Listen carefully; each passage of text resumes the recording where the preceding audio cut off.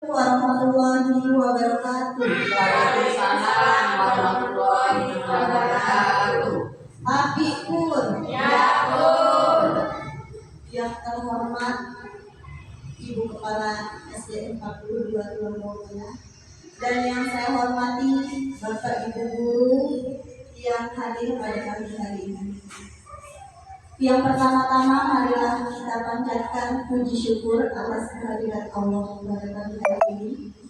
Karena atas berkat rahmat dan nikmatnya kita dapat hadir di acara penyebaran pemahaman dan pengalaman penerapan budaya positif dalam keadaan sehat walafiat. Amin.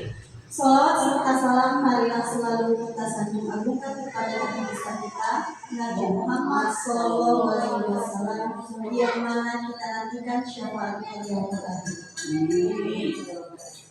Izinkan pada pagi hari ini saya menyampaikan susunan acara kita pada pagi hari ini. Yang pertama yaitu pembukaan, yang kedua acara inti, dan yang ketiga penutup. Untuk memulai acara kita pada pagi hari ini, marilah sama-sama kita membaca lafaz basmalah. Bismillahirrahmanirrahim. Semoga acara kita pada pagi hari ini diberikan kelancaran dan keberkahan. Amin. Acara yang selanjutnya yaitu acara inti. Acara inti akan langsung disampaikan oleh calon guru penggerak kita kepada Ibu Emilia Sari. Dipersilakan.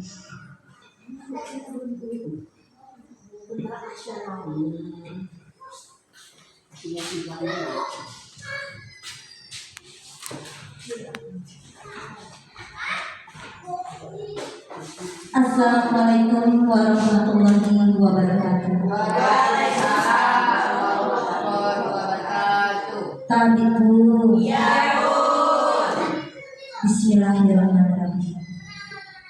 Yang saya hormati Ibu Kepala Sekolah SDN 42 Tulungagung Tengah, dan yang saya hormati seluruh Dewan Guru SDN 42 Tulungagung Tengah. Perkenalkan, di sini saya adalah Emilia Sari, calon guru penggerak angkatan 10 Kabupaten Tulungagung Barat dari SDN 42 Tulungagung Tengah. Di sini saya mengajak Bapak Ibu semuanya untuk berdiskusi. Yang pertama, marilah kita panjatkan puji syukur kehadiran Allah Subhanahu wa Ta'ala, di mana syafaatnya yang telah diberikan kepada kita untuk dapat hadir di dalam ruangan diskusi ini dalam keadaan sehat walafiat. Salawat serta salam kita junjung agungkan kepada Nabi besar kita, Nabi Muhammad SAW. Di sini Bapak Ibu guru sekalian, saya di sini melakukan aksi nyata saya dari modul 1.4 yang dimana menerapkan dari modul 1.1 sampai 1.4. Dari mana aksi nyata saya akan mengajak Bapak Ibu semuanya untuk berdiskusi tentang menyebarkan pemahaman, pengalaman, penerapan budaya positif untuk terutama di SDN 42 Tulungagung Tengah.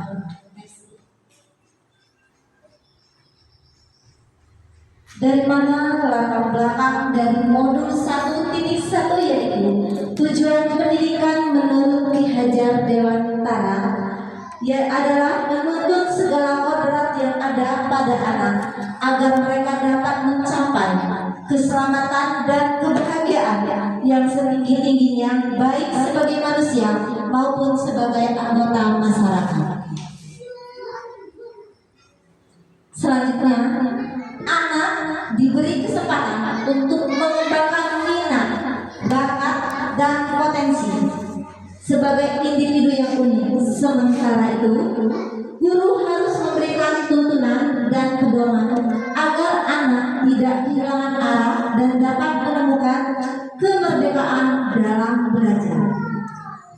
Budaya positif di sekolah sangatlah penting ditumbuhkan. Hal ini dikarenakan sekolah merupakan pusat pendidikan, yaitu tempat tumbuh dan berkembangnya karakter siswa. Salah satu langkah membentuk lingkungan kelas yang mendukung terciptanya budaya positif yaitu dengan menyusun kesepakatan kesepakatan kelas sehingga siswa memiliki keyakinan dan kesadaran akan penerapan disiplin berdasarkan motivasi internal sehingga memiliki karakter yang kuat sesuai dengan profil Pancasila dan tujuan pendidikan yang diharapkan.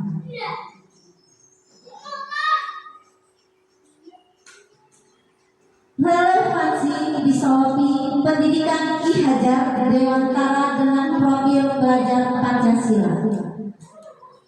Kalau saya ingin bertanya, apakah Bapak Ibu sudah mengetahui tentang profil Pancasila?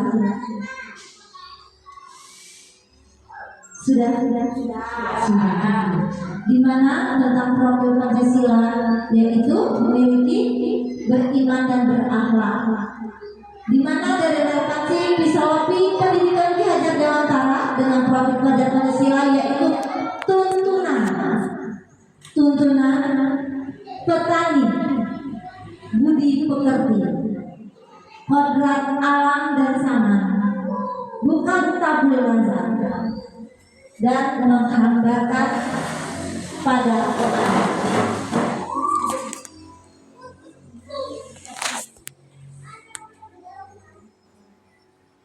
Di mana dalam menerapkan budaya positif kita melakukan hukuman, peraturan atau konsekuensi dan restitusi.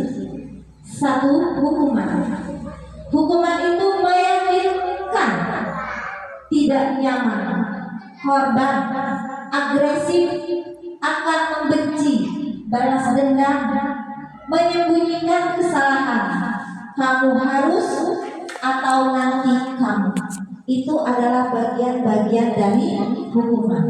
Bahwa hukuman itu adalah kita menyakitkan dan tidak nyaman. Kita menjadi korban. Lanjut yang kedua yaitu peraturan atau konsekuensi. Nah di situ ada perbedaan antara hukuman, peraturan, konsekuensi. Yaitu dari peraturan atau konsekuensi penguatan jangka pendek. Perlu monitoring. Murid hanya menghormati peraturan, mendorong kepatuhan, konsep diri baik, kehilangan hak, merasa terkekang, atau kontrol positif. Apa peraturannya? Lakukan apa kata saya. Itu adalah bagian-bagian dari peraturan atau konsekuensi. Yang ketiga yaitu restitusi, di mana restitusi itu masalah terpecahkan. Murid tanggung jawab, menghormati diri dan orang lain, disiplin positif, membentuk kekuatan diri, anak paham dirinya sendiri, bersemangat memperbaiki diri. Apa yang kamu yakini? Bagaimana cara menyelesaikan masalah? Nah, di sini ada perbedaan antara hukuman, peraturan, konsekuensi, dan restitusi. Saya harap Bapak Ibu dapat membedakan antara hukuman, peraturan, dan restitusi. Sampai di sini paham?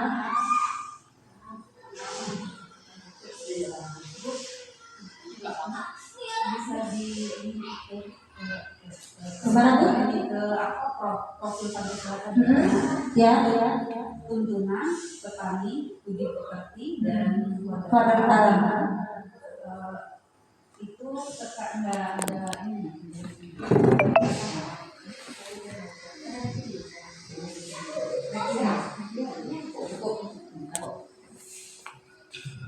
Lanjut.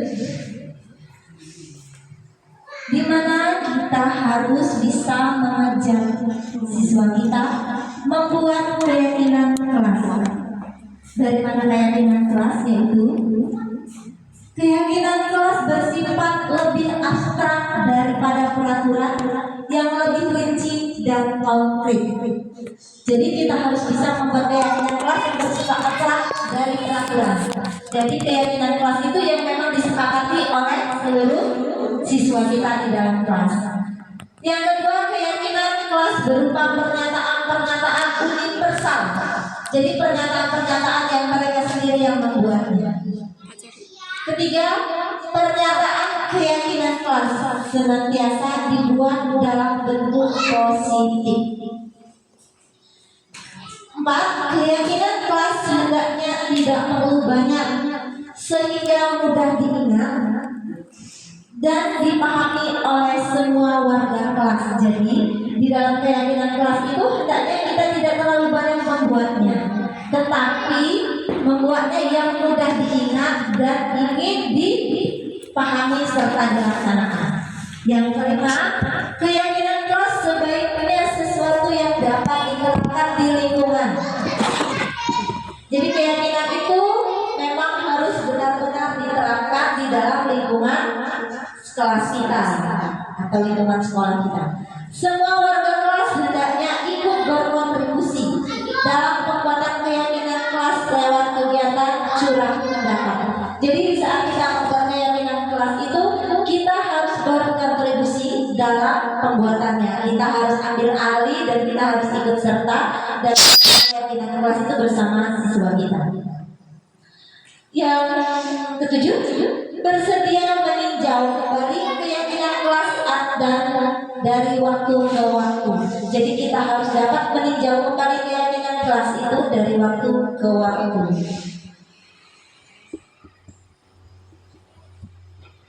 Ini adalah contoh dari keyakinan kelas kita. Contoh, hormat. Kami meyakini bahwa sangat penting untuk menghormati semua orang dan barang milik orang lain.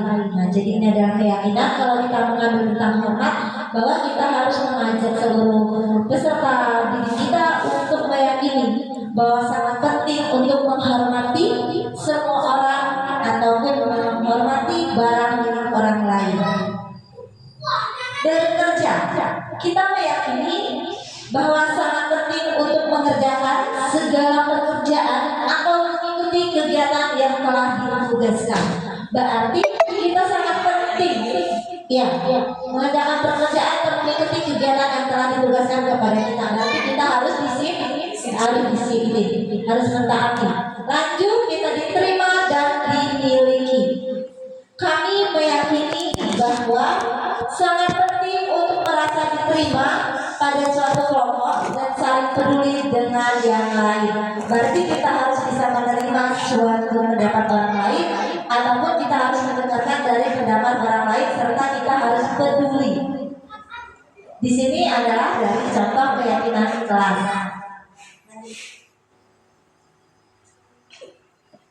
Di sini ada perbedaan, Bapak Ibu. Perbedaannya antara peraturan kelas dan keyakinan kelas.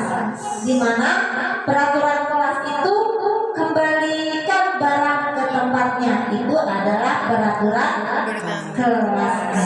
Berarti kita mengajak siswa kita kembalikan barang di tempatnya. Kalau kembalikan barang tempatnya, kalau mereka meminjam sesuatu hendaknya dipulangkan kepada tempatnya.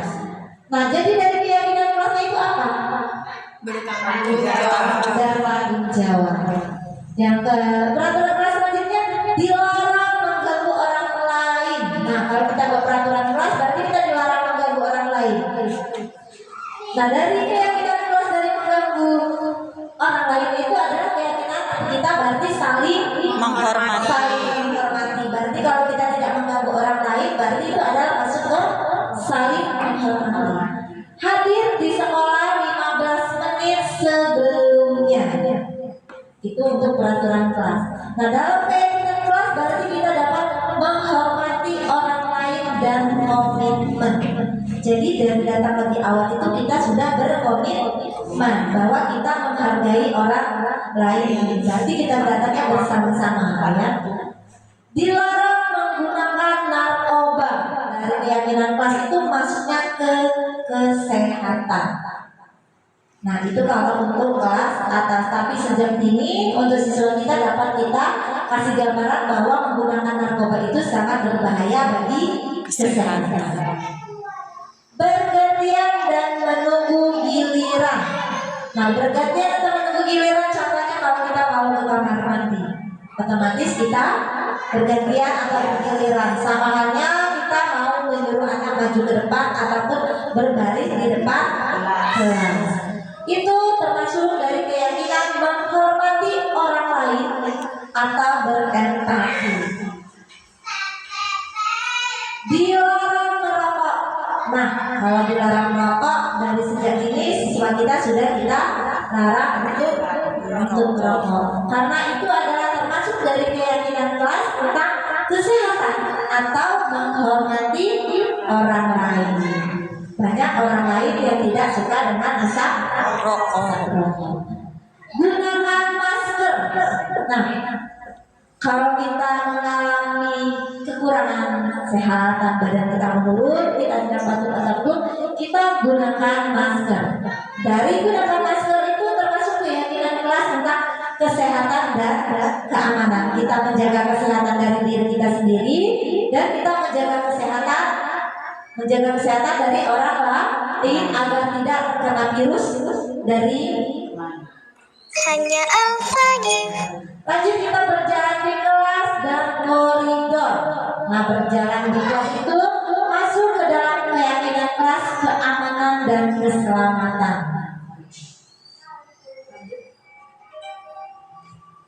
Kita lanjut ke tahap selanjutnya, yaitu tentang kebutuhan dasar manusia, di mana kita manusia itu sangat membutuhkan dasar manusia. Dasar manusia yaitu yang pertama merasa diterima. Kalau kita sudah merasa diterima di lingkungan kita, berarti kita merasa nyaman.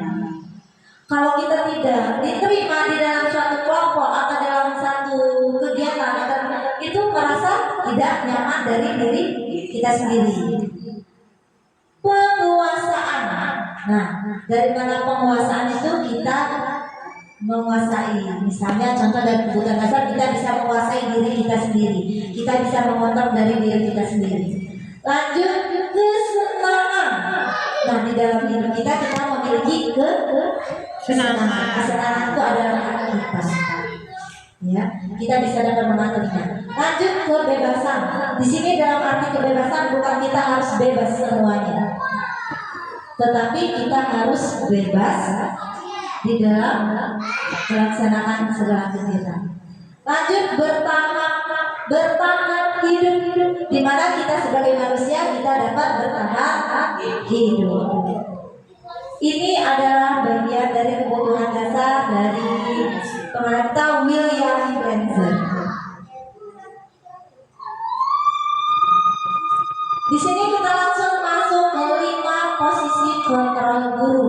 Dari mana 5 posisi kontrol guru? Yaitu yang pertama penghukuman, di mana kita sebagai seorang guru kita pasti sering melakukan penghukuman. Sementara tadi sudah sedikit saya singgung tentang perbedaan hukuman, konsekuensi, dan restitusi. Setelah dari penghukuman, kita membuat orang merasa bersalah. Kita membuat orang merasa bersalah. Selanjutnya dari teman. Dari teman kita dapat membuat orang merasa bersalah. Dari teman, kita sebagai seorang guru kita harus bisa menjadi teman untuk murid kita. Jadi kita bukan orang yang untuk ditakuti sama mereka, tetapi kita bisa belajar untuk menjadi teman agar mereka bisa terbuka dengan kita.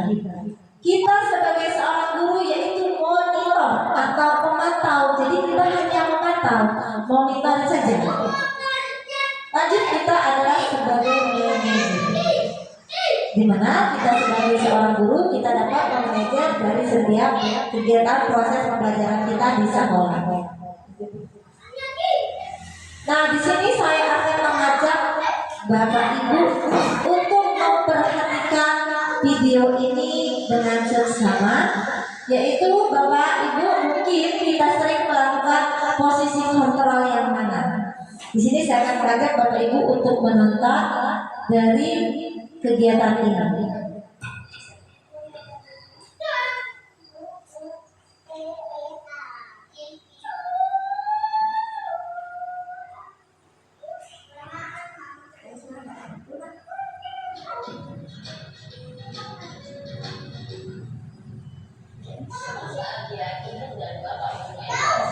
Dalam penerapan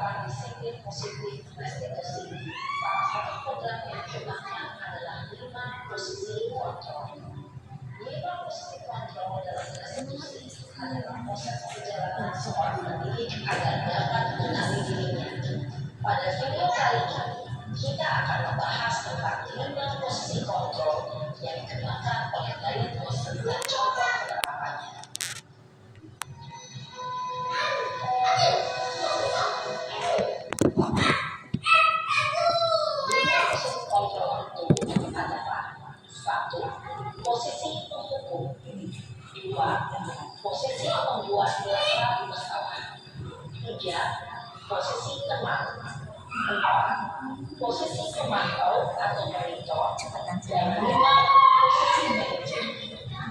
Untuk lebih memahami kelima posisi tersebut, mari kita saksikan kasus nyata yang melanggar hak yang berhubungan sekolah dan melihat bagaimana kelima posisi kontrol dalam menghadapi masalah tersebut.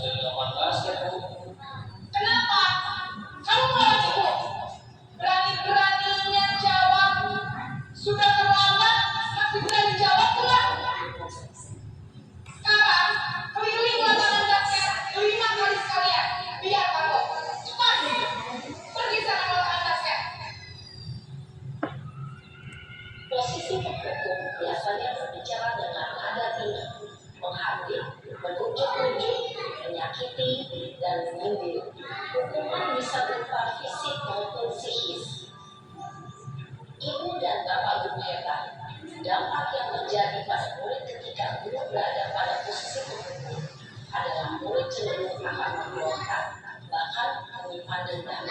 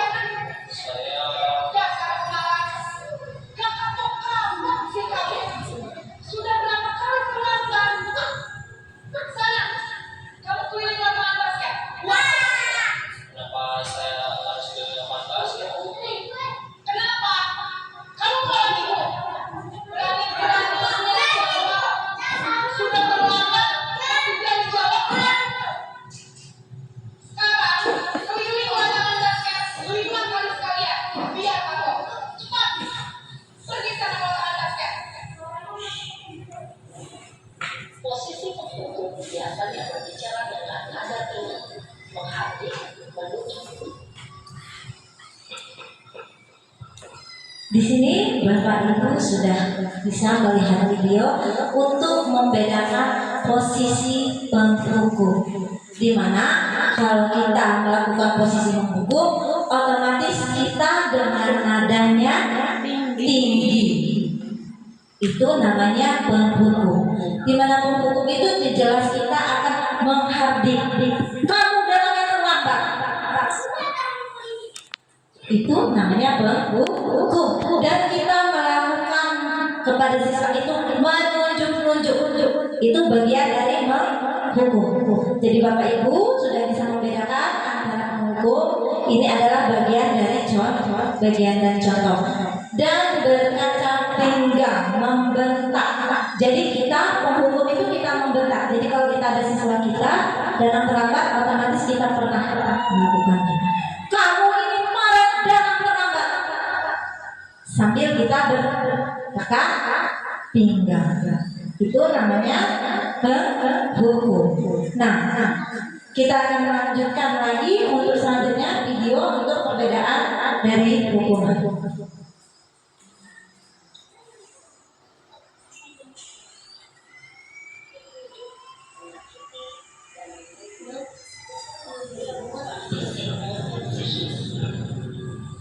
Ibu dan bapak guru hebat. Dampak yang terjadi pada murid ketika guru belajar pada posisi adalah murid cenderung akan memberontak, bahkan menyimpan dendam.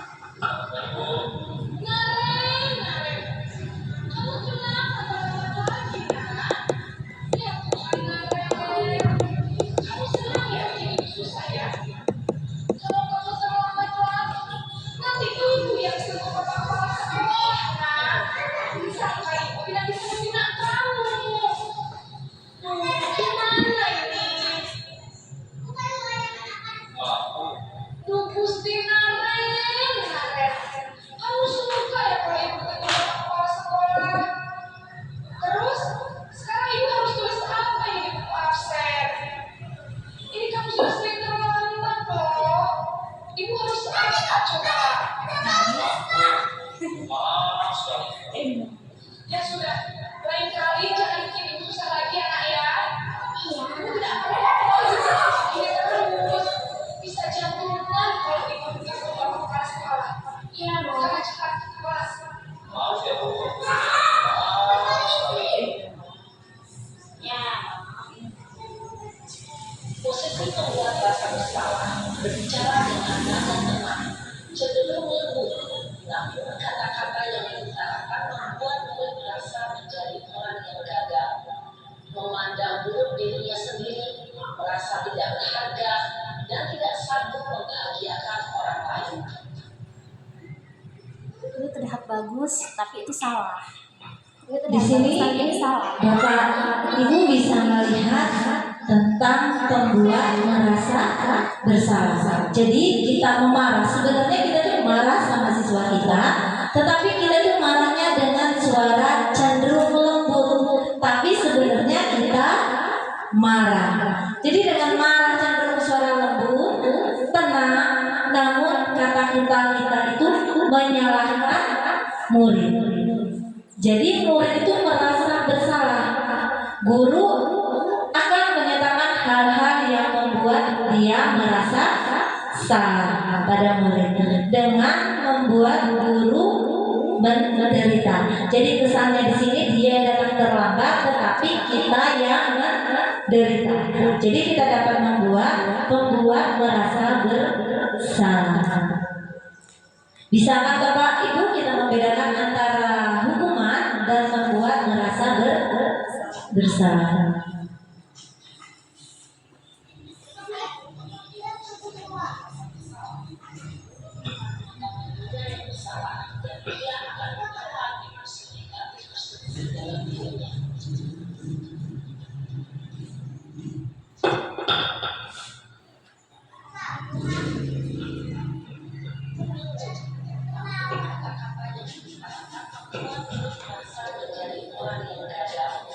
Memandang buruk dirinya sendiri, merasa tidak berharga, dan tidak sanggup membahagiakan orang lain.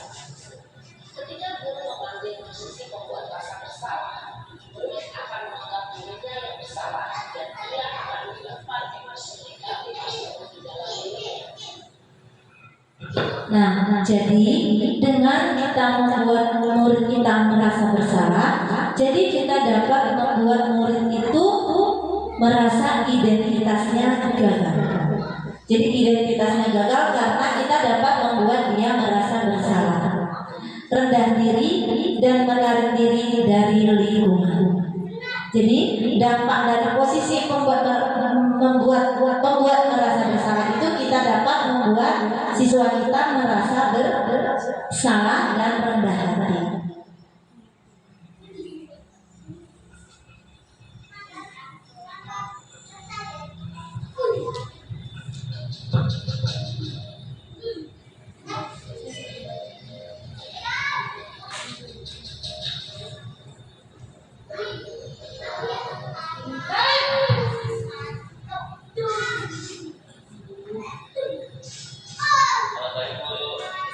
Wah, sudah jam berapa ini, Nak? Selamat pagi ya, sayang. Iya Bu, habis ibu saya membawakan saya Bu.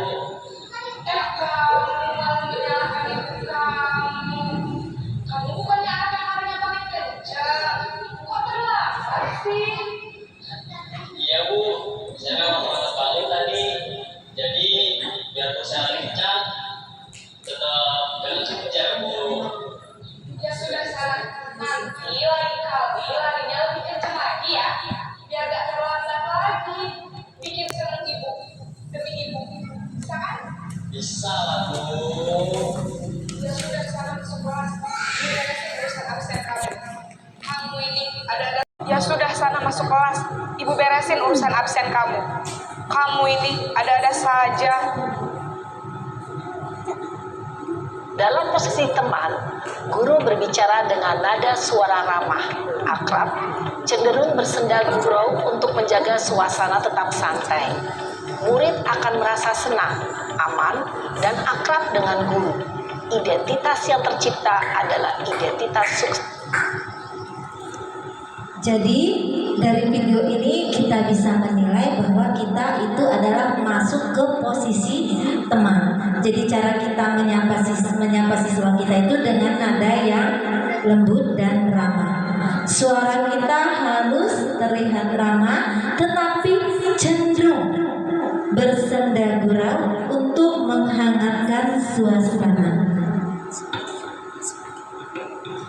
Jadi kita sebagai posisi teman itu kita harus bisa membuat suara kita itu ramah.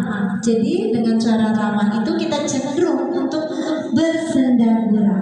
Jadi mesti kita menyapa siswa kita dengan nada yang ramah. Jadi kita dapat menghangatkan suasana hati dia. Dengan seperti itu kita bisa bertanya bahwa kalau dia datang terlambat itu kenapa? Kalau dia alasannya dengan bangun kesiangan, otomatis di dalam rumah itu dia pasti memiliki ibu atau kakaknya. Jadi kita bisa mengontrol dengan melibatkan keluarganya. Jadi dengan seperti itu, identitas yang tercipta adalah identitas sukses dan berhasil.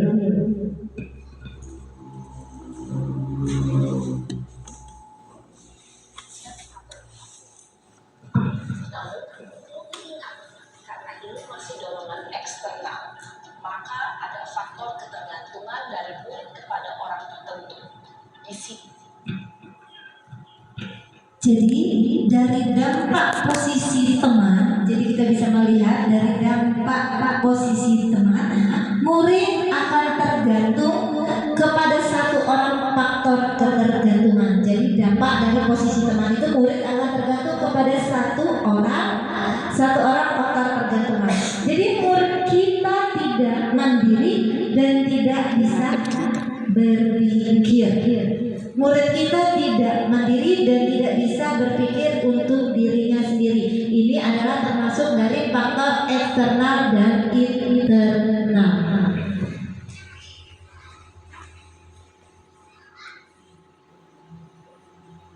Guru absennya, sehingga di lain waktu murid bisa berperilaku baik, namun hanya pada orang-orang tertentu saja.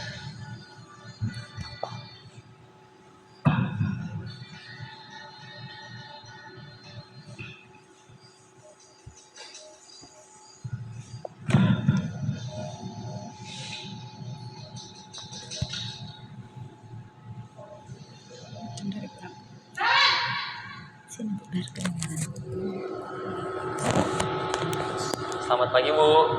Naren, apa peraturan sekolah kita tentang jam berapa kita harus masuk sekolah, Nak? Kita harus di sekolah jam 7, Bu. Iya betul, sekarang sudah jam 7.20. Naren sudah tahu konsekuensinya jika terlambat hadir. Paham, Bu. Saya harus tinggal kelas pas jam istirahat selama 20 menit. Iya benar, konsekuensinya demikian. Jadi nanti jam 9.30 pas istirahat, kamu harus tinggal di kelas, kerjakan tugas tambahan untuk ketertinggalan kamu, ya. Baik, Bu. Posisi pemantau mengandalkan penghitungan atau data untuk mengontrol murid. Guru mengarahkan. Jadi dari posisi pemantau monitoring, yaitu kita seorang pemantau akan bersuara datar, tidak emisional dan tidak bersenda-gurau ataupun menggunakan suara tinggi. Jadi kita sebagai pemantau monitor, yaitu kita harus suara kita tidak harus datar dan tidak emosional, tidak bersenda-gurau ataupun menggunakan suara tinggi, sehingga tercipta identitas di positif atau berhasil. Jadi cara guru mengarahkan murid berdasarkan peraturan dan konsekuensi. Ini bagian dari posisi pemantau monitor yang kita lakukan di kelas terhadap siswa kita.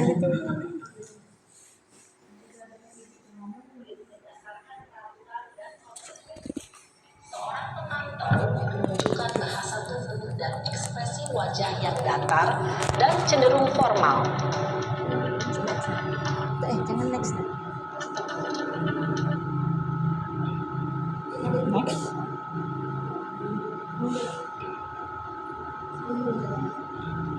Jadi dari posisi pemantau, kita sebagai guru harus mengendalikan perhitungan atau untuk mengontrol murid kita sendiri. Jadi kita harus dapat memantau posisi pemantau dari murid kita sendiri. Jadi kita harus bisa mengontrol dari murid kegiatan-kegiatan dengan murid kita itu. Atau data untuk mengontrol murid. Guru mengarahkan murid berdasarkan peraturan dan konsekuensi. Seorang pemantau. Jadi kita perlu pemantau untuk senantiasa memantau pada saat murid diberi sanksi. Maka guru pun harus selalu mengawasi. Jadi kita harus dapat mengawasi dari sikap dari siswa kita. Jadi kita itu sebagai pemantau agar terciptanya identitas diri dari dirinya sendiri agar dia berhasil. Next book. Menunjukkan bahasa tubuh dan ekspresi wajah yang datar dan cenderung formal. Jadi kita murid akan menghitung konsekuensi dan hadiah tanpa memahami. Jadi seorang pemantau atau dengan suara datar, tidak nasional dan tidak bersendau ataupun menggunakan suara tinggi. Guru mengarahkan murid berdasarkan peraturan dan konsekuensi. Jadi kita sebagai guru mengaturnya untuk sebagai konsekuensi. Itu bagian dari dampak. Jadi sehingga murid akan menghitung konsekuensi dan hadiah tanpa memahami sepenuhnya. Nilai kebajikan yang dituju tidak sepenuhnya mandiri.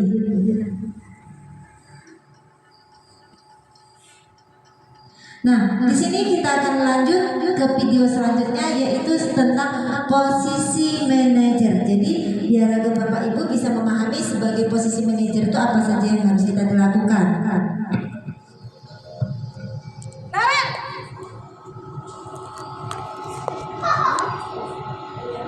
Selamat pagi, Bu. selamat pagi Naren. Maaf, Bu. Saya terlambat. Iya, sekolah masuknya jam 7, sekarang sudah jam 7.20. Jadi sekarang bagaimana ini Naren? Maaf, Bu. Saya lupa setel alarm saya semalam. Baiklah, menurut kamu, keyakinan sekolah yang mana yang perlu kamu tingkatkan? Menghargai diri sendiri dan orang lain mungkin ya, Bu. Setuju. Jadi, apakah Naren meyakini prinsip saling menghormati tersebut? Iya Bu, saya meyakininya. Apakah Naren bersedia memperbaiki masalah keterlambatan ini? Bersedia Bu. Bagaimana kamu akan perbaiki masalah keterlambatan ini? Saya akan coba untuk tidak lupa menyetel alarm saya Bu. Baik, kalau Naren lupa menyetel alarm di rumah, ada orang yang kira-kira bisa bantu mengingatkan tidak? Ada Bu, kakak saya, Kak Emma. Ada lagi selain Kak Emma?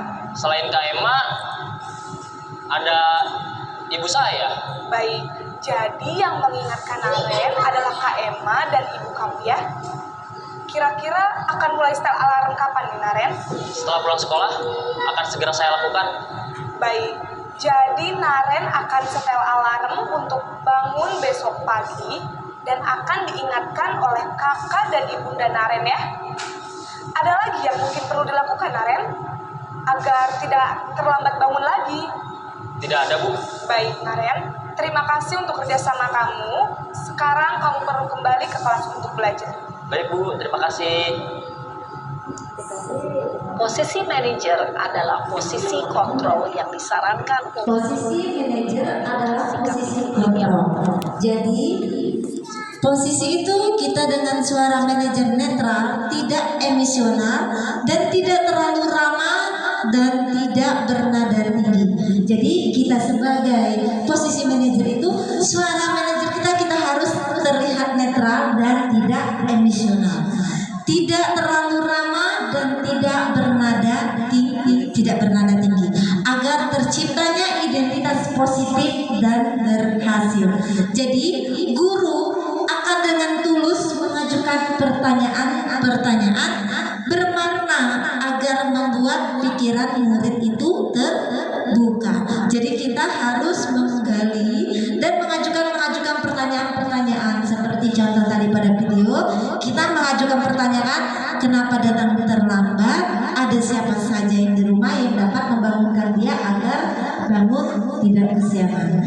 Kita juga harus memiliki sikap disiplin yang positif, yaitu murid yang mandiri, bertanggung jawab, dan dapat memecahkan masalahnya.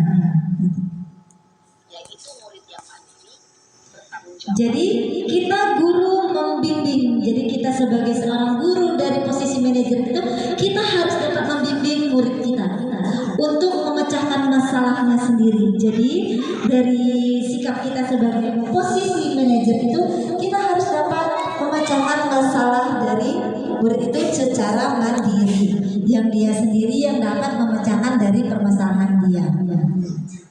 Dapat memecahkan masalah. Tujuan dari posisi Jadi tujuan dari posisi ini adalah agar murid berefleksi atas indeksnya. Jadi kita dapat melakukan tujuan dari posisi ini agar murid kita dapat berefleksi. agar murid dapat berefleksi atas tindakannya, Guru akan dengan tulus. Jadi kita sebagai guru untuk merefleksikan atas tindakannya tadi, sehingga membuat murid dapat belajar dari kesalahannya. Jadi kita merefleksi, jadi agar murid itu dapat belajar dari kesalahannya dan mencari sebuah solusi untuk menyelesaikannya. Jadi dari permasalahan ini, kita sebagai posisi manajer, kita harus bisa membuat solusi agar dia bisa mencari dari solusi dari sebuah permasalahannya, yaitu murid mandiri. Kita menciptakan murid mandiri dan murid percaya diri agar dapat memecahkan masalahnya. Jadi kita dapat membuat murid itu percaya diri bahwa dia bisa memecahkan permasalahannya karena dia datang terlambat. dan mencari sebuah solusi untuk menyelesaikannya. Ibu dan bapak guru hebat, setelah mengamati adegan kelima posisi kontrol tadi, kira-kira posisi mana? Jadi Bapak Ibu setelah menonton video ini dari 5 posisi kontrol ini, jadi saya akan mengajak Bapak Ibu posisi mana yang dapat menunjang motivasi interaksi murid posisi manajer. Jadi menurut Bapak Ibu dari 5 posisi ini, posisi mana yang dapat Bapak Ibu terapkan? Ada yang ingin menjawabnya? Saya merasa yang harus kita terapkan itu ya posisi 5, karena di mana posisinya itu posisi manajer, kita tidak menghargai siswa, tidak menghukum siswa, tidak tidak marah-marah dan lain sebagainya. Itu kan kalau posisi teman itu nanti takutnya siswa-siswa itu menjauh ya. Terus kalau untuk posisi manajer ini saya rasa akan lebih efektif karena kita bisa memposisikan diri kita sebagai seorang pendidik, terus siswa juga bisa memposisikan dan mengetahui dirinya itu adalah sebagai seorang siswa. Jadi nggak terlalu berteman berlebih dan sebagainya. Terima kasih. Terima kasih atas tanggapannya dari Ibu Andrea Suryati, di mana Bu Risma mengambil posisi kontrol itu yaitu sebagai manajer. Ya, kita sebagai seorang guru dari posisi kontrol itu, di mana posisi manajer itu kita dapat menerapkan disiplin positif. Benar sekali dari Bu Risma tadi bahwa dengan posisi manajer itu kita dapat menerapkan disiplin positif yang berpihak pada murid, yang memerdekakan murid. Jadi dengan disiplin positif dengan berpihak pada murid sehingga kita dapat memerdekakan murid kita. Next.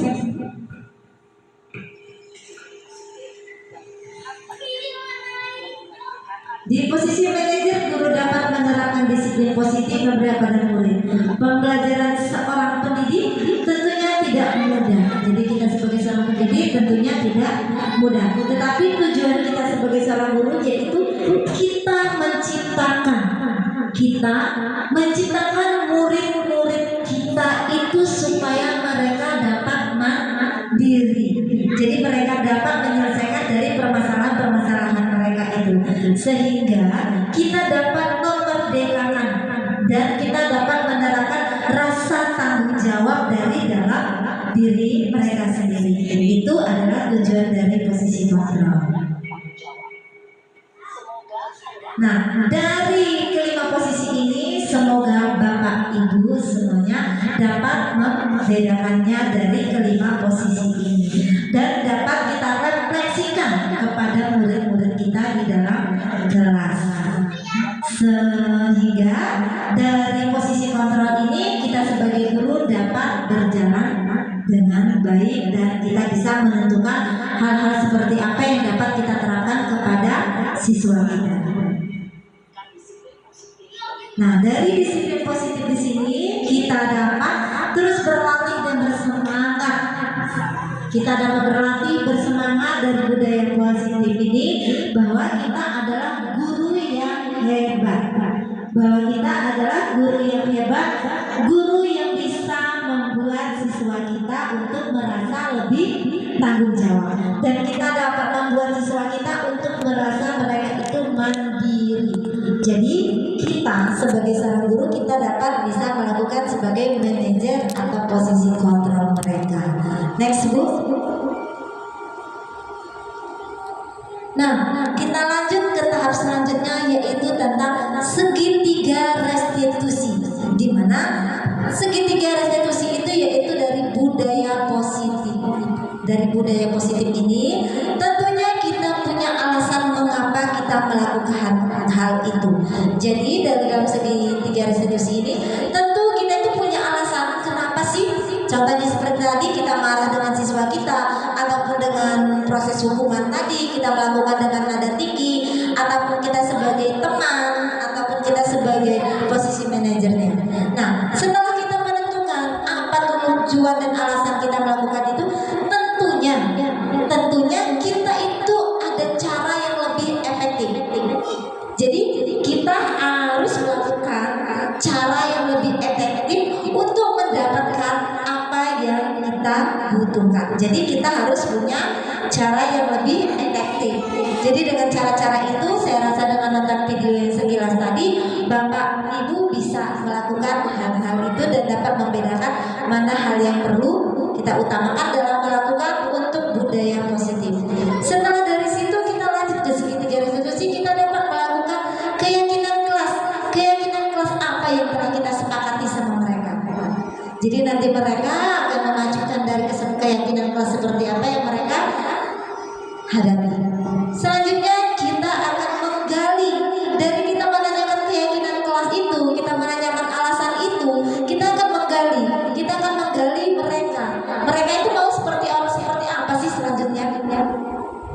Nah, dari cara kita menunjukkan alasannya, kenapa alasan dia datang terlambat, mengapa dia melakukan hal itu. Setelah itu kita mencari alasan efektif untuk mendapatkannya. Jadi dengan alasan efektif untuk mendapatkan apa yang kita butuhkan. Setelah itu kita akan menggali lagi kepada dia, kepada siswa kita, keyakinan kelas apa yang telah dia langgar atau keyakinan kelas apa yang telah dia sepakati. Jadi nanti dia ingat kembali dengan keyakinan kelas dia. Setelah itu kita dapat menggali dia menggali siswa kita kembali bahwasannya dia itu mau menjadi siswa yang seperti apa untuk ke depan.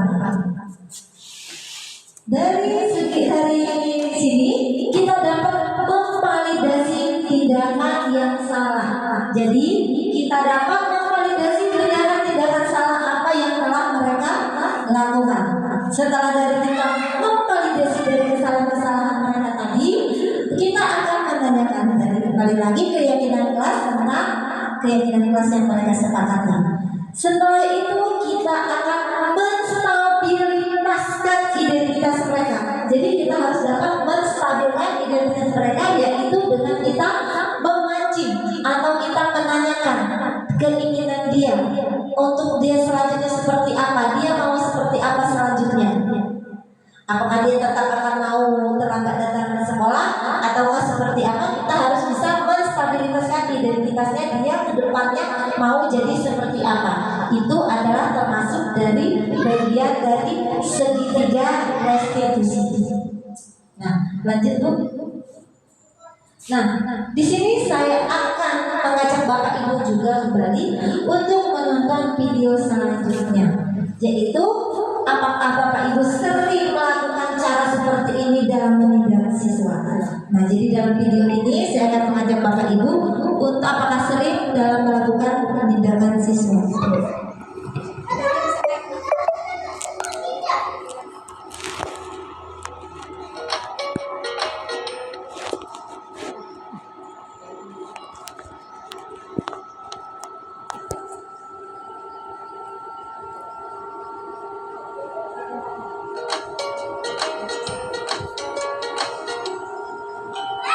Salam dan bahagia Ibu dan Bapak Guru hebat.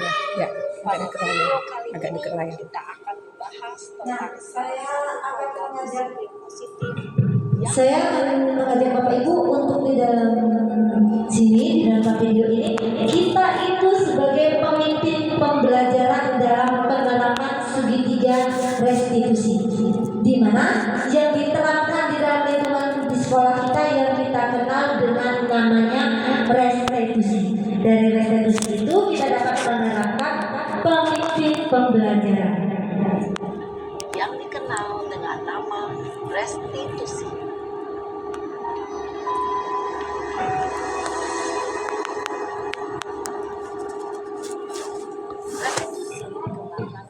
Restitusi dikembangkan oleh pakar pendidik kita Dian Gosen yang berlandasan pada teori kontrol dari William Glasser. Di sini restitusi ini dikembangkan oleh pakar pendidik kita, yaitu adalah Dr. William Glasser.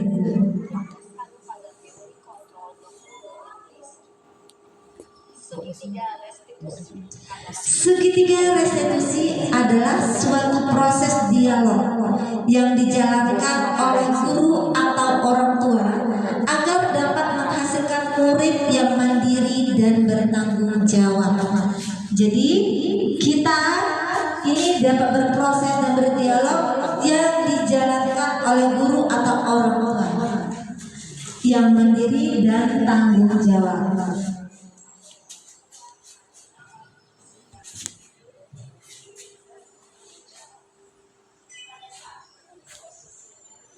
Pada saat kita guru di posisi manajer, aspek yang kita kembangkan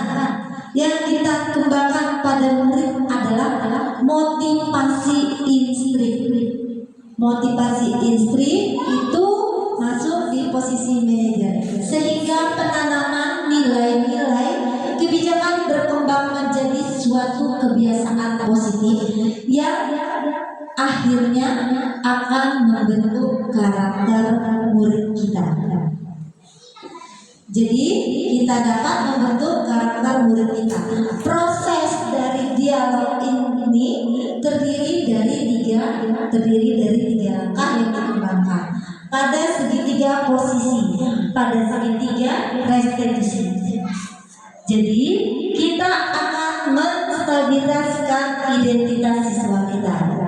Kita dapat melakukan segitiga restitusi, yaitu dengan memvalidasikan tindakan yang salah. Jadi kita melakukan validasi tindakan yang salah. Setelah kita memvalidasikan itu, kita akan menanyakan keyakinan kelas. Lalu kita menstabiliskan identitas siswa kita. Jadi saya harapkan Bapak Ibu akan ditunjukkan bagaimana kita sebagai seorang guru. Kita seorang guru berada di dalam posisi manajer menggunakan penerapan segitiga restitusi. Nah, di sini saya akan mengajak Bapak Ibu untuk menyimak video ini.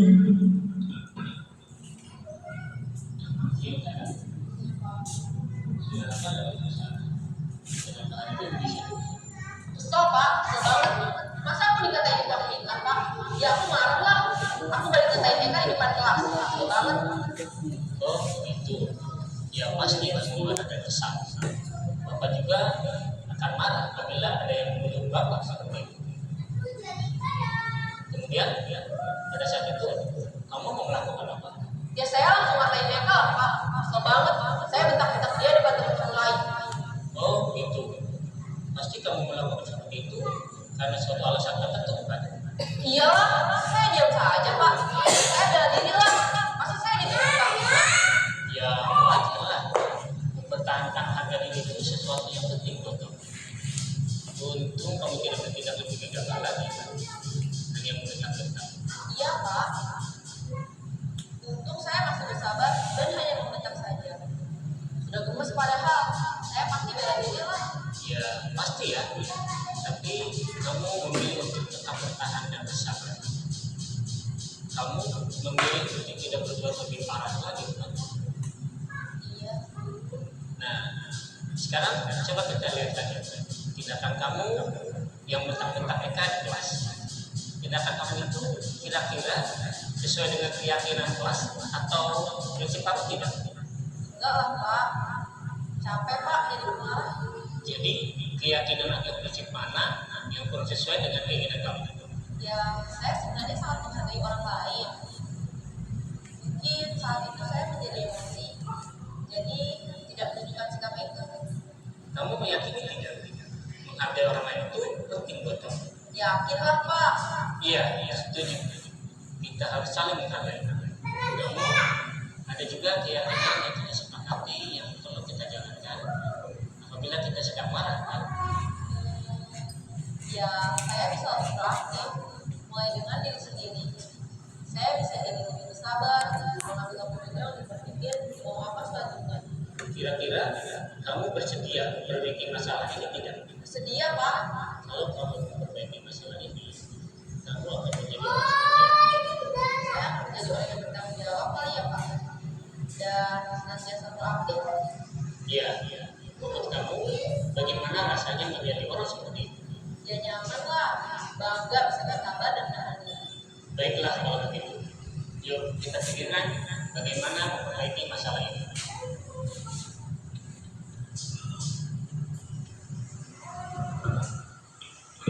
Nah, dari video ini kita dapat melihat itu sebagian dari contoh cara kita memvalidasikan masalah. Jadi dari kita memvalidasikan masalah itu, kita sebagai seorang guru yaitu kita melakukan posisi manajer dengan menggunakan penerapan segitiga. Di mana penerapan segitiga tadi yang sudah saya katakan, yaitu kita memvalidasikan dari tindakan kita. Setelah itu kita melakukan keyakinan kelas kita, menstabilitaskan identitas. Nah, jadi mari kita bahas Bapak Ibu satu persatu di mana tentang video itu, yaitu yang pertama kita tetap dengan melakukan segitiga restitusi. Dari segi restitusi itu yang pertama kita menstabilitaskan identitas. Jadi berdasarkan prinsip kita, membuat kesalahan adalah bagian dari proses pembelajaran. Berdasarkan prinsip ini, itu adalah bagian dari proses pembelajaran. Lalu kita berperan menggeser identitas murid kita dari identitas gagal ke identitas sukses. Dan kita jangan mengkritik murid yang sedang mengalami identitas gagal. Itu adalah bagian dari menstabilitaskan identitas siswa kita. Jadi kita dapat mengajukan pertanyaan-pernyataan, membuat kesalahan sesuatu yang wajar. Nah, selanjutnya kita sebagai manusia, kita adalah manusia yang tidak sempurna. Dan kita bisa memperbaiki masalah ini. Kita akan mengajak mereka untuk memperbaiki masalah ini. Dan saya tidak menanyakan kesalahan, tetapi fokus memperhatikan masalah ini. Jadi kita sebagai seorang guru, kita menstabilitaskan identitas itu, kita akan mengajukan pernyataan. Tetapi kita tidak menanyakan tentang kesalahannya. Yang kita pertanyakan, yaitu yang kita lakukan adalah fokus untuk memperbaiki masalah ini.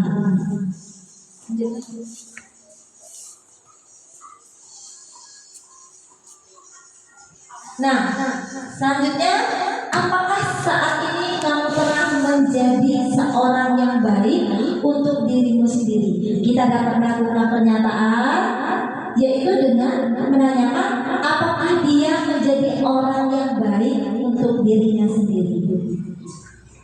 Nah, jadi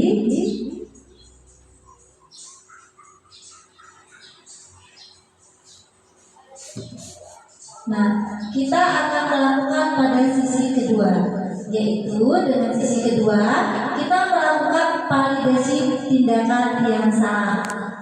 Dari validasi tindakan yang salah berdasarkan prinsip setiap perilaku berupaya memenuhi suatu kebutuhan tertentu.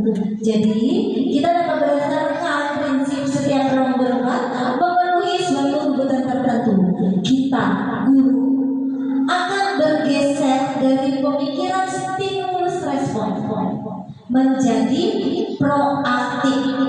Nah, jadi dengan ini kita menggali dan mengikuti kebutuhan murid ini dapat memperbaiki hubungan dengan murid. Pernyataan disampaikan dengan nada suara tidak menghakimi atau memprovokasi atau memonjolkan. Jadi kita akan melakukan pertanyaan-pertanyaan yang disampaikan dengan suara nada yang tidak menghakimi. Jadi kita dapat mengajukan pernyataan. Yang kita ajukan pernyataan itu yang pertama, kamu bisa saja bertindak lebih gegabah lagi dari ini. Jadi kita memancing mereka, kamu dapat bertindak dengan lebih gegabah dengan ini. Lanjut, kita bukan melakukan tanpa suatu alasan tertentu. Jadi kita bertanya kepada siswa kita bukan melakukan tanpa suatu alasan tertentu.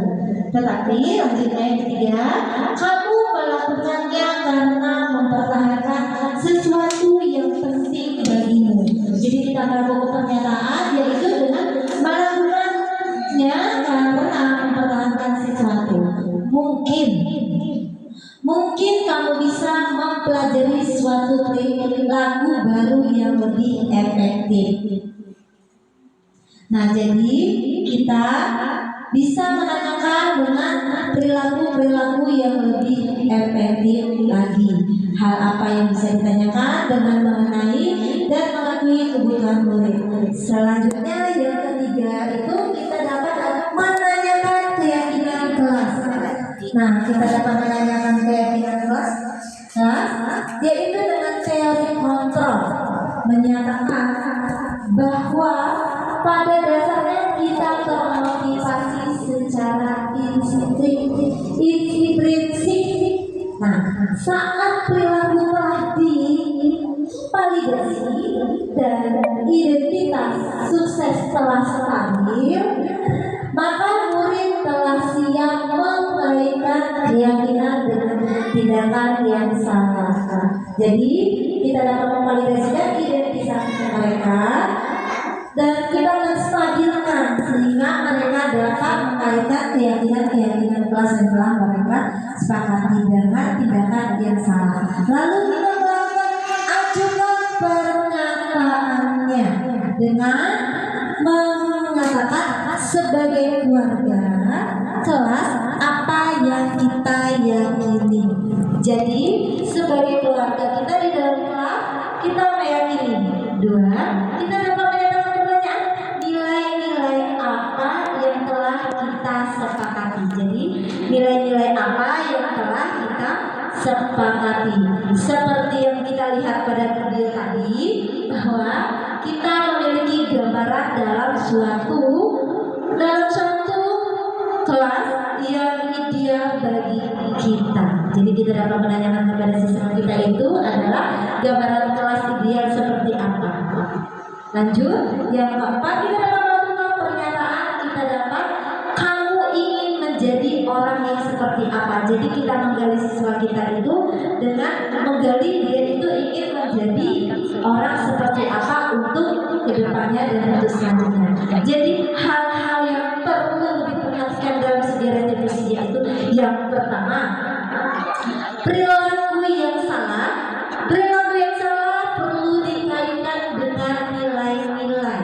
Jadi perilaku yang salah itu perlu dikaitkan dengan nilai-nilai atau keyakinan yang telah disepakati, yang telah kita sepakati. Kedua, kemudian orang yang melakukan kesalahan untuk memperbaiki masalah. Jadi kita dapat melakukan orang yang melakukan kesalahan itu untuk dapat memperbaiki masalah. Yang ketiga, kita dapat memecahkan masalah. Kita dapat memecahkan masalah kita sebisa mungkin. Jadi relevan atau memiliki hubungan dengan masalah yang kita ada. Jadi dengan pemecahan masalah sebisa mungkin kita itu menjadi relevan. Kita menjadi relevan untuk memiliki hubungan dengan masalah yang ada. Selanjutnya yang keempat, yaitu hal yang perlu diperhatikan juga, kita perlu adanya suatu usaha. Kita perlu adanya suatu usaha perbaikan dari pihak yang berbuat kesalahan. Jadi kita harus ada usaha untuk memperbaikinya. Yang kelima, perlu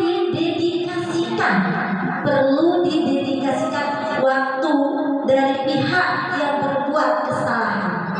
Jadi kita perlu adanya waktu dari pihak yang berbuat kesalahan. Tanyakan akan mulai diberlakukan usaha untuk memperbaiki. Jadi kita harus tanyakan mulai memberlakukan usahanya untuk memperbaiki diri itu mulainya kapan akan mulai. Nah, ini adalah hal-hal yang perlu kita perhatikan dalam segitiga restitusi. Dengan memahami struktur, dengan kita memahami struktur penerapan segitiga restitusi, diharapkan dapat menerapkan posisi sebagai manajer. Menerapkan posisinya sebagai manajer. Nah, kita dapat dengan mengajukan pertanyaan-pertanyaan yang bermakna seperti yang saya sampaikan tadi. Jadi kita dapat membuat murid kita menjadi lebih percaya diri dan bertanggung jawab serta mandiri dengan kita melakukan segitiga restitusi tadi. Nah, saya perlu tidaknya mengikuti ketiga tahapan segitiga ini. Jadi dari tahapan segitiga ini apakah perlu kita terapkan atau seperti apa, tergantung pada ringannya letak permasalahan yang dilakukan oleh murid. Permasalahan ringan menjalankan segitiga restitusi secara berurutan. Jadi kita dapat melakukannya bisa menanyakan apa keyakinan kelas yang telah kita sepakati.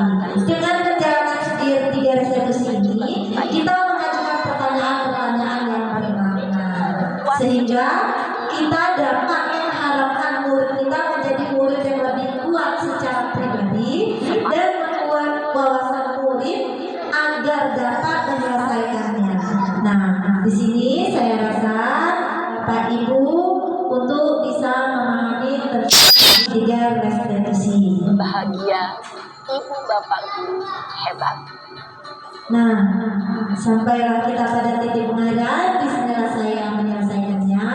Saya harap Bapak dan Ibu guru semuanya dapat memahami tentang dari penjabaran tentang budaya disiplin. Di sini saya juga mengharapkan Bapak Ibu untuk memberikan tanggapan dari pemahaman tentang budaya positif.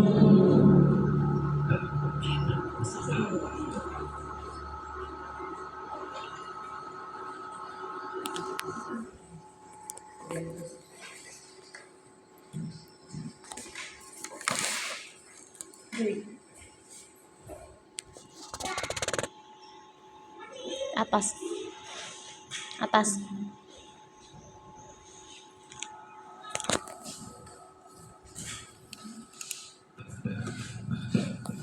Bismillahirrahmanirrahim. Baiklah, di sini dapat saya akan memberikan tanggapan atau kesimpulan yang akan terkait dengan budaya positif yang akan kita laksanakan di sekolah yang telah kita terima dari penjelasan pemaparan dari calon guru penggerak angkatan tersebut, yaitu Bu Ria, yang mana hari ini beliau telah melakukan pembahasan terkait penyebaran pemahaman dan pengalaman penerapan budaya positif. Di sini kita terutama untuk semua warga sekolah, berarti untuk guru dan murid dan siswa, di sini saya ambil kesimpulan bahwa untuk di sekolah, terutama untuk guru, dalam pelaksanaan pembelajaran di kelas, yaitu kita harus memperhatikan ada 5 posisi kontrol bagi guru yang akan diterapkan disiplin di sekolah. Untuk itu yang pertama adalah berkaitan hukuman dan posisi pembuat merasa bersalah, ya. Dan yang ketiga sebagai teman, dan yang keempat posisi pemantau, dan yang kelima adalah posisi manajer. Kalau dari 5 posisi kontrol ini untuk penghukuman, jadi di situ telah kita saksikan dari contoh ataupun acuan untuk kita seorang guru bahwa anak itu kalau ada permasalahan seperti tadi telah ditayangkan datang terlambat, kita tidak bisa menerapkan dengan cara penghukuman, cuman disesuaikan. Harus kita tidak boleh membentak ataupun kita memarahi. Jadi itu nanti kita masukkan ke segitiga restitusi. Dan yang kedua terkait dengan posisi teman. Ya, ini segitiga kita masukkan ke segitiga restitusi. Dari kelima posisi kontrol tersebut, yang pertama adalah yang terkait dengan hukuman. Jadi dalam hukuman itu kita harus disesuaikan, melainkan kita harus dari penyesuaian itu kita melakukan segitiga restitusi. Jadi begini Bu ya, yang dapat saya ambil pada hari ini yaitu kalau seorang siswa melakukan ada salah satu pelanggaran, yaitu salah satunya adalah datang terlambat. Jadi seharusnya kita tidak langsung menegur siswa tersebut, apalagi sampai membentak-bentak ataupun langsung kita memberi hukuman. Contoh di situ kita menyuruh anak tersebut lari keliling lapangan. Salah satunya itu tidak diperbolehkan. Yang harus kita lakukan dengan mengadakan segitiga restitusi. Kita memanggil anak tersebut, kita melakukan pertanyaan-pertanyaan yang efektif. Jadi kita harus tidak diharuskan membentak-bentak anak secara langsung, apalagi dengan memberi hukuman. Selanjutnya dari posisi merasa bersalah, yang kedua itu, jadi kalau kita dengan memarahi anak itu, jadi anak itu kita mendidik anak itu merasa tidak bertanggung jawab, jangan selalu merasa bersalah dan takut mengeluarkan pendapatnya, merasa ketakutan. Yang ketiga adalah kita seorang guru itu harus menganggap itu siswa itu teman. Jadi kalau sebagai teman itu dalam arti kita itu jadi anak-anak kalau ada masalah itu kita selesaikan, kita tegur, sapa dengan baik-baik, atau kita dengan salah satunya itu kembali ke melakukan segitiga restitusi itu kembali. Selanjutnya adalah posisi pemantau. Jadi yang telah dari penjelasan dari Ibu Lia tadi, saya rasa sudah tidak perlu saya paparkan lagi. Dan yang kelima adalah posisi manajer. Jadi kami insya Allah sebagai pada kesempatan pada hari ini merasa akan menerapkan bagaimana mengubah teknik ataupun cara yang kami dapat pada kesempatan ini supaya murid-murid atau guru, terutama untuk guru, bisa melakukan posisi yang tepat untuk menghadapi anak-anak yang melakukan pelanggaran tersebut. Baiklah, saya ucapkan mungkin sampai sini saja, dan saya ucapkan terima kasih. Selanjutnya saya serahkan kembali kepada calon penggerak. Terima kasih atas tanggapannya dari Ibu Ernani, bahwasannya memang kita harus bisa melakukan 5 posisi kontrol dan segitiga restitusi. Dari kegiatan siang hari ini, apakah ada yang ingin melanjutkan kembali, bahwa ada pemahaman lagi? Ada? Siapa tahu ada menjelaskan? Ibu Elia, halo.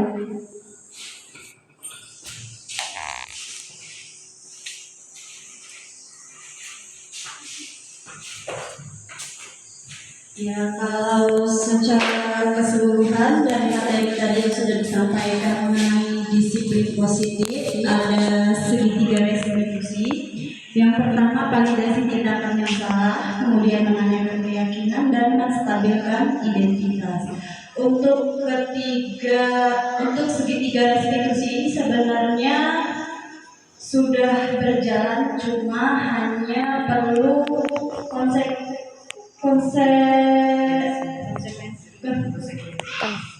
kontinuitas keberlanjutannya. Iya, perlu ada peningkatan dari yang sebelumnya. Ya. Kalau untuk keyakinan kelas, sebenarnya untuk setiap kelas sudah mempunyai keyakinan kelas masing-masing ya. Jadi itu hanya perlu ditingkatkan lagi dari yang sebelumnya. Itu saja tambahan dari saya. Terima kasih kepada Ibu Elia yang telah memberikan tanggapan. Ya, di situ adalah bahwasannya kita ada sebagai seorang guru, kita harus bisa menetapkan segitiga restitusi dan 5 posisi kontrol. Dan kita bisa membedakan antara hukuman, peraturan konsekuensi, dan restitusi. Nah, saya akhiri dari penerapan pemahaman budaya disiplin saya akhiri. Wassalamualaikum warahmatullahi wabarakatuh. Waalaikumsalam. Terima kasih kepada semua rekan guru yang telah membantu dalam kegiatan ini. Pemaparan materi kita pada pagi hari ini, mudah-mudahan kita bisa mengambil ilmu yang nantinya bisa kita terapkan dengan di sekolah kita ya. Cukup sekian, marilah sama-sama kita akhiri acara ini dengan lafaz hamdalah. Alhamdulillahirabbil alamin. Saya akhiri, wassalamualaikum warahmatullahi wabarakatuh.